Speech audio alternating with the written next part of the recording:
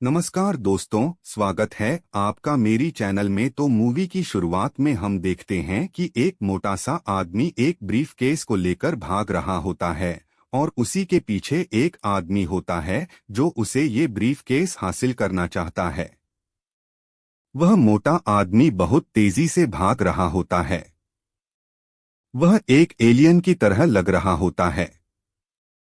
निश्चित ही वह कोई एलियन था। तभी इस मूवी के मेन कैरेक्टर की एंट्री होती है जिसका नाम निक है।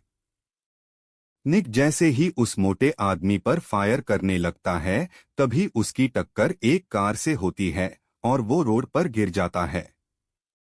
उसके बाद हमें 3-4 दिन पहले का सीन दिखाया जाता है जहां निक जमीन में एक गड्ढा खोदकर सोना छुपा रहा होता है। सोने वाले गड्ढे को छुपाने के लिए निक उसके ऊपर एक पौधा लगा देता है। अगली सुबह जब उस पौधे को देखती है तो निक की वाइफ उससे पूछती है कि ये पौधा हमारे गार्डन में एकदम से कैसे आया। तो निक्कू से पूछता है कि क्या तुम नहीं चाहती कि हमारा घर सुंदर दिखे। निक आइस एज मतलब शायद ये था कि वह उस पौधे के नीचे वाले सोने को निकालकर उसे एक आलीशान घर खरीद लेगा और आराम आराम से अपनी जिंदगी बिताएगा। तो उसकी वाइफ उससे कहती है कि नहीं, मुझे किसी पैसे की जरूरत नहीं है जब तक तुम मेरे साथ हो। पर यह कहकर वो एक्सरसाइज करने के लिए रेडी होकर निकल पड़ती है। निक भी रेडी होकर पुलिस स्टेशन के लिए निकल पड़ता है क्योंकि वह एक पुलिस ऑफिसर था। पुलिस स्टेशन में उसे एक आदमी मिलता है, उसके साथ काम करता था। वह दोनों में किसी चीज के बारे में बात होने लगती है। वहां निक अपने साथी को बताता है कि मेरे पास जो इस आया है मैं उसे वापस कर दूंगा।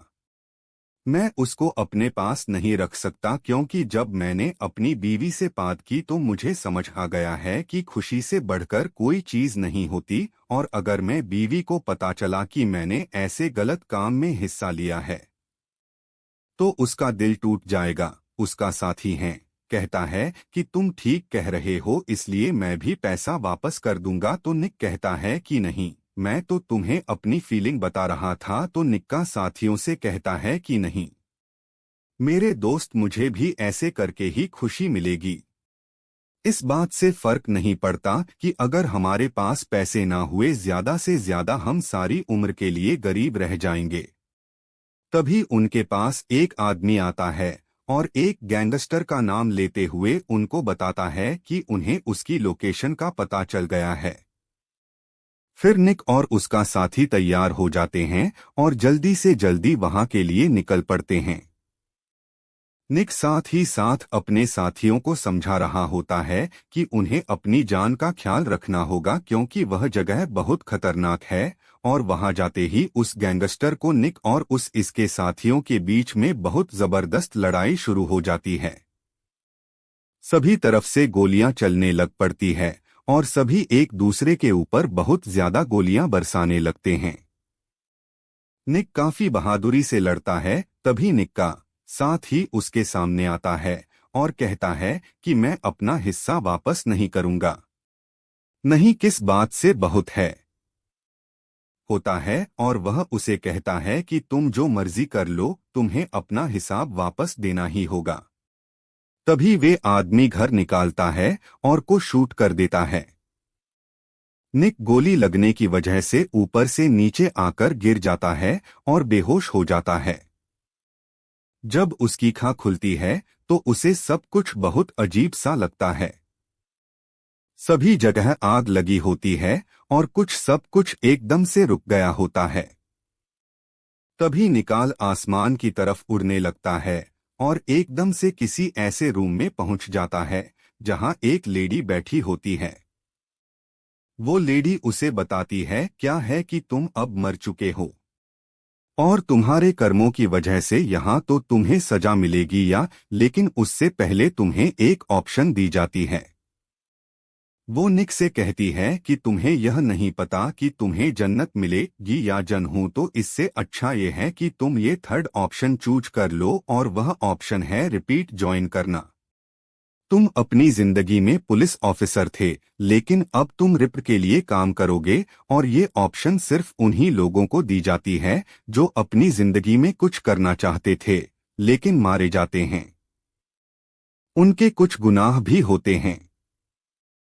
उन्हीं को मिटाने के लिए उन्हें ये मौका दिया जाता है, और वह निक से पूछती है कि क्या तुम इस चीज के लिए तैयार हो या फिर तुम्हें अपने कर्मों के मुताबिक कुछ फैसला सुनना चाहते हो।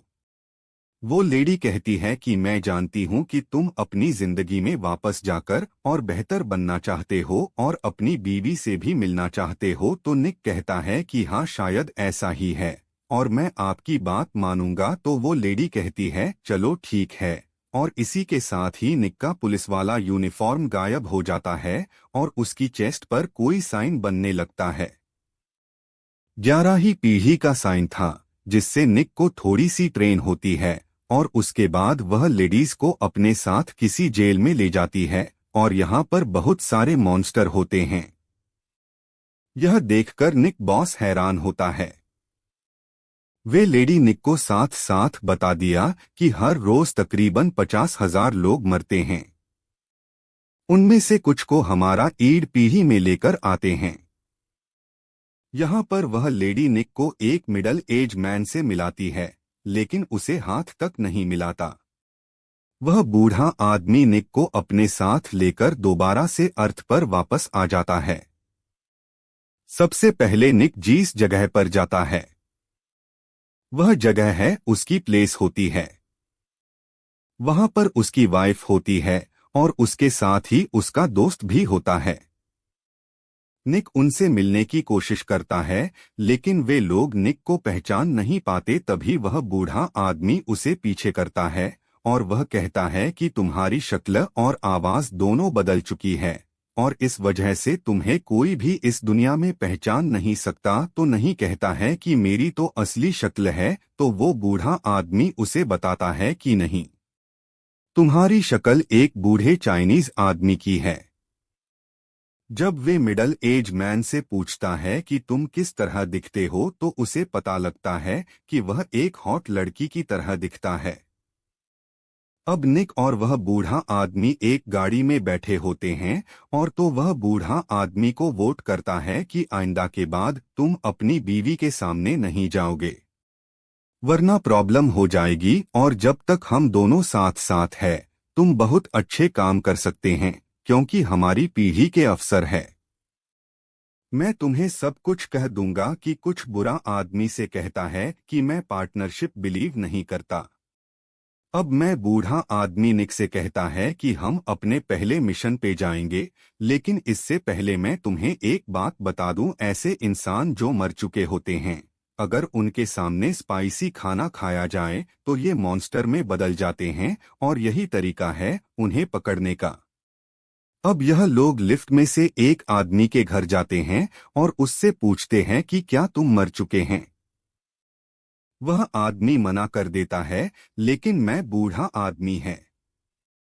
उसके सामने खाना खाने लगता है तो सामने बैठे आदमी के हाथ से एक और हाथ निकल जाता है और वह मास्टर में बदल जाता है। निक ट्राई करता है कि वह उसे पकड़ ले, लेकिन वह आदमी बिल्डिंग से भाग जाता है। लेकिन जैसे ही वह आदमी नीचे जाता है तो उसे उल्टी आ जाती है, और उसकी वोमिट में गोल्ड के कुछ पीसेस होते हैं। गोल्ड के पीस को देखते ही नहीं कुछ आदमी को शूट कर देता है, क्योंकि यह वही गोल्ड था जो निक ने दफनाया था या नहीं। इस आदमी ने निक के ग्राउंड से यह गोल्ड चुराया लिया था। यह देखकर बूढ़े आदमी को बहुत गुस्सा आता है, और वे निक से कहता है कि जो तुम्हारी पुरानी जिंदगी में हुआ उसका इस जिंदगी से कोई लेना देना नहीं है। और यहाँ पर भी वह बूढ़ा आदमी निक से नाराज होता है कि तुम अपनी पास्ट लाइफ को भूल क्यों नहीं जाते। तुम डेड हो और सिर्फ फ्री पीढ़ी के लिए काम करते हो। फिर दोनों मिलकर आईपीडी ऑफिस जाते हैं। वहां पर वह बूढ़ा आदमी सोने को उस जगह पर रख देता है जहां पर बाकी एविडेंस होते हैं, और वह चीजों को बाकी लोगों से मिली होती है। तो यह देखकर नहीं कुछ से कहता है कि ये गोल्ड मेरा था और हमें इसके बारे में जानना होगा। तो वह बूढ़ा आदमी मान जाता है।